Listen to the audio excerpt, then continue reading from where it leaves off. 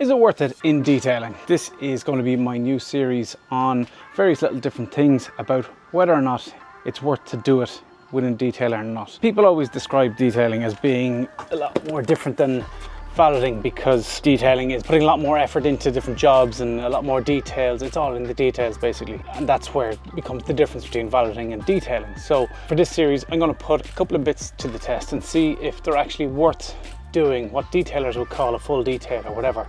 I'm going to put them to the test and see if they actually make any difference.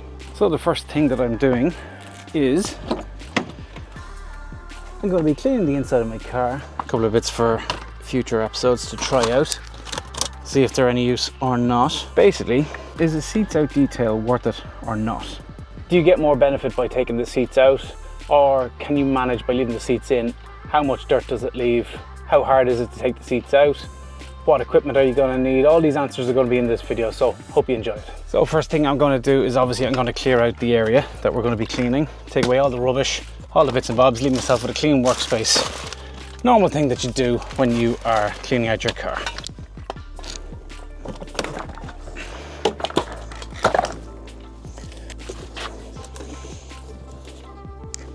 Never go wrong with coffee. To be fair, my car is not that dirty. There's not a huge amount involved with it, but at the same time, I've never taken out this seat. Rubber mats is godsend. I should hoover them normally, but anyway. Take them out for now so you see what we're working with.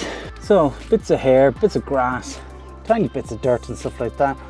As I said, I don't know what's under the seat, but I'll have a look when I'm more down close to it. Down along the rails and stuff like that, we'll see what we can get to there. If we pull it forward then. Oh, a bit more oil.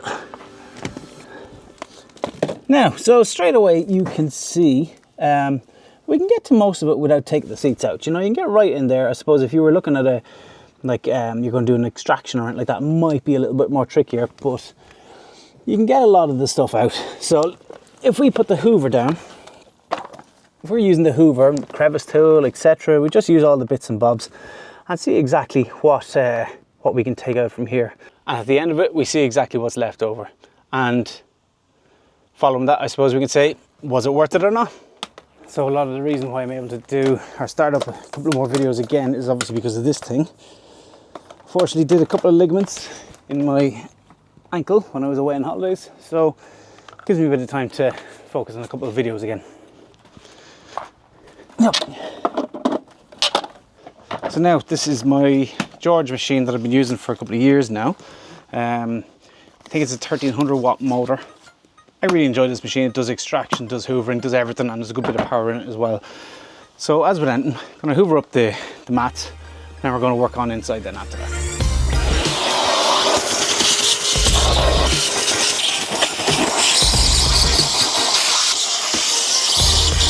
It does also come with the attachments as well, which makes things a lot easier as well. It just gets into all those little crevices, all those little grooves, which is the great thing about the George. You don't have to go and buy any sort of extra attachments or anything like that.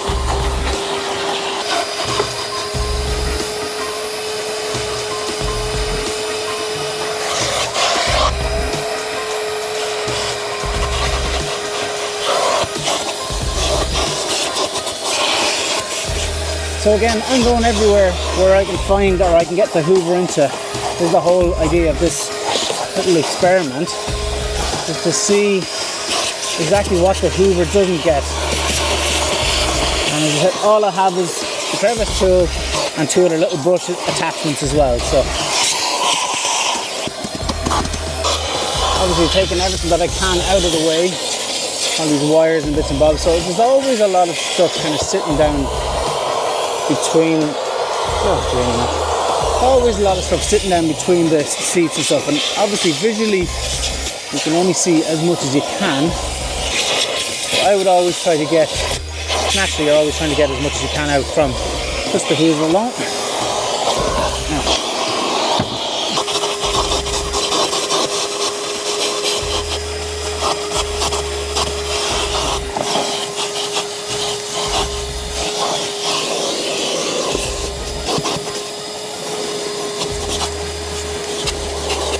So this is the car as it is now. So this is hoovered inside. Okay, we've gotten as much as I can with the hoover, gone into all the little nooks and crannies and everything like that. Maybe could do a little bit more on the rails, maybe. Don't worry about up there, I haven't done over there yet. There's actually something else a bit more interesting as well to try out at another time. But we can see to the eye now, it's at the minute, it all looks nice and clean, and the same in the front then. Down along the side, see in there the sills are down along those, they're all clean. See it's hoovered, and the front is all cleaned up and everything like that. So that's just hoover alone. As I said, I got into the areas there where a lot of the dirt and everything stays in there. So the question is it going to be completely clean underneath the seat, or is there a lot more than matter missing out? As I said, is this the difference between being a valeter or a detailer? Do you really need to take the seats out if you want to become or known as a detailer? Is it something that you advertise to your clients that you take the seats out or not? Naturally, there is benefits towards it. If you want to get your wet back in there and you don't have enough space, or if there's a bad smell in the car, obviously you want to take them out and see what's underneath there, see if there is anything else. Maybe some sort of a drink spilled down there, or whatever the case might be. Yes, maybe seats out then. But for your normal, everyday interior detail, let's see, do you need to take them out or not? I have to also state that not every car is the exact same as this. This is a Skoda Octavia Mark II VRS, and here's what it needs or uses. So there's four bolts in question. One on the other side over there, and then there's 2 in the back down on both sides then. So you can see the shape that we need, and this could change between different cars depending on what the car is. So what am I actually going to need for here? So my place is an absolute mess in here, but anyway, we need to get stuff here. O-rings, no. More sockets, no. This is the box I need. Well, it's all the bits I think that I might need if I'm going to do seats out.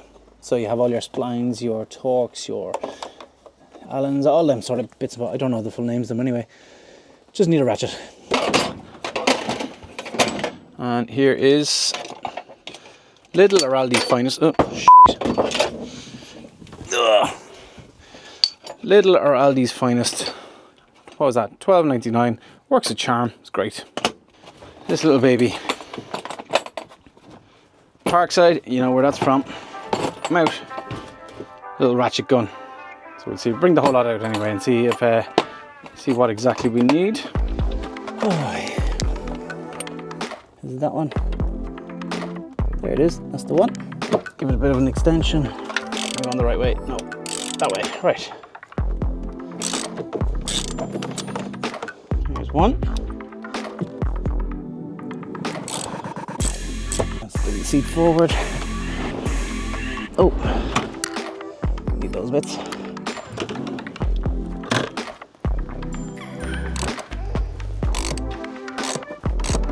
So no, I've never taken out any of these seats before, and also this one is a, what is it, 10 mil? There you go. Last one. I have taken out the driver's seat, but I've never done the passenger seat. And that was because I had an issue with a seat belt. I had to change.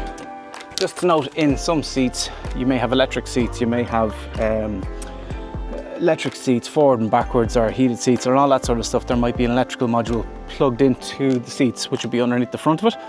You will have to disconnect that before you do take it out. These ones don't have any electrics, so they should just come straight out then. And there's no real easy way to do this, but you just have to make sure that you don't scratch anything and have nothing connected underneath. Don't catch the metal bits off anything, have I? Oh, tell you what, I have something connected. Seatbelt sensor. My bad. So yeah, seatbelt sensor is the other ones that can catch you out then. And you look here. So let's see. Where is it here? Not exactly sure which one to take off. There is a yellow plug in here, but then, oh yeah, there it is.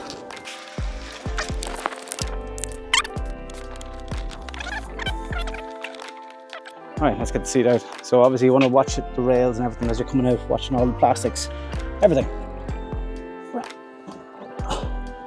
Need to do a bit of a swing on it. Now, moment of truth. Does it make a difference? So what have we got here? Okay, naturally you've got underneath, you were able to get a lot of that with a little bug. He's still alive anyway. You're able to get a lot of that with the Hoover from where you were, but you're still missing some little bits.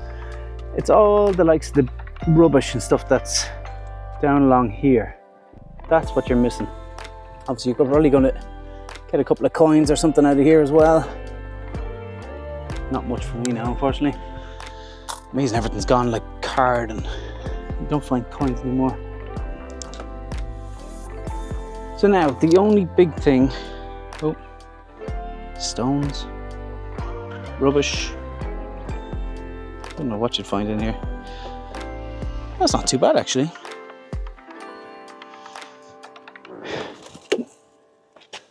That's what we're looking at. That's how much rubbish or dirt or whatever it is you might be missing out on. My big question is, and I want you to answer in the comments if you could, what do you think? Is it worth taking out the seat or not? Now I keep my car reasonably okay. I'm not at it every day of the week. I mean, there could be 6 months when I go without cleaning the inside or the outside of it. I've had this car for 10 years. I've never taken out the passenger seat. And that is literally just from hoovering alone. That's all that's left. So is it worth it to take out the seats or not? Does it make you a detailer if you don't take out the seats? Or do you have to take them out all the time? Let me know what you think. Okay, so pros and cons. Pros, naturally, you're making a lot more space. It's easier to work with. You have a lot more freedom to move around. You're not trying to get into all the little nooks and crannies as best as you can or whatever like that. The whole area is cleared. The other pro is then, obviously, if you're using an extractor, you have all the space there to be able to get to every little bit in here. You know that all the shampoo, all the seats, all the carpets and everything like that are going to be done properly. You can also see into where all the railings are. You can also get into all there if there's dust or if there's any sort of bugs or cobwebs or any sort of stuff like that. You can take them all out. You will find that now in theory I'd want to be going and extracting this. I'd go and get a drill brush and I'd kind of agitate it a little bit more, get an airline, get a compressor, do all that sort of stuff. So it really opens up the area. You can see if there is any spillages, if there is any stains or anything like that. The cons then, okay, well, one thing is that if you have to disassemble a car at all at any stage, you want to know exactly what you're doing and how to do it properly. Even for me there now, I thought because they're not electric seats, completely forgot about the seatbelt sensor. So I started taking the seat out and noticed that the wire was connected. Obviously I was able to disconnect that and did that no problem. But you might get a high-end car and you may not know what sort of ins and outs or whatever like that. You want to be sure that you know exactly what you're doing. The seats are a lot heavier than they look. So it's all well and good saying that you're going to take out a seat, but just be aware that they are actually heavy. The rails as well on them. When you're about to take them out, make sure you have the rails, you know, that they're not sticking way out or way, you know, either side, front or back of the seat. Make sure you have them in line so it's less chance of you maybe hitting off something. There's a lot of surfaces around the car that you'll be able to scratch off the rails off as you're taking them out. So you need to be absolutely extra careful. Again, if you're working on a high-end car, you want to be really sure, maybe get a second person to give you a hand with it. You do not want to scratch anything because if you're scratching all this plastic, that scratch isn't going to come out. If you are dealing with electric seats, now I haven't myself personally, but if you are dealing with electric seats, I still yet to understand the way it works, but if for argument's sake I was to turn on the ignition now, that would throw up a seat light or a seatbelt light on my dash. Again, in any other car, it might throw up something else. It might throw up an airbag light because there's airbags in certain seats. It might throw up this, might throw up that. There's loads of different things that it could throw up. If that happens, then you may have to go to a garage in order to get that reset then using a computer then. If you have to go to a garage to reset that, that's going to cost X amount of money. So that's obviously digging into your time, because you can't really drive, unless you have obviously proper insurance, you can't drive out. Or else the mechanic's going to have to come to you. It's their time you're paying for, and it's an extra expense that you don't really need or don't really want. So if you do take out the seat, do not turn on the car, do not do anything like that. Get the seat back in, get it back connected, and then turn on the car. Another pro for taking out the seats is actually the rails themselves. You'll be able to get out the rails a little bit better, and you'll be able to get it like a toothbrush or other sort of brushes to get in at the rails and make them nice and clean them up. So that is a pro to it. Now, so I hope you found that insightful or a little bit informative anyway. Let me know your thoughts. Is it worth taking out the seat or not for a detail or a valet? Should you take it out for a detail? Should you take it out for a valet? What is your thought process on seats out detailing? Let us know. Good to see you. All the best.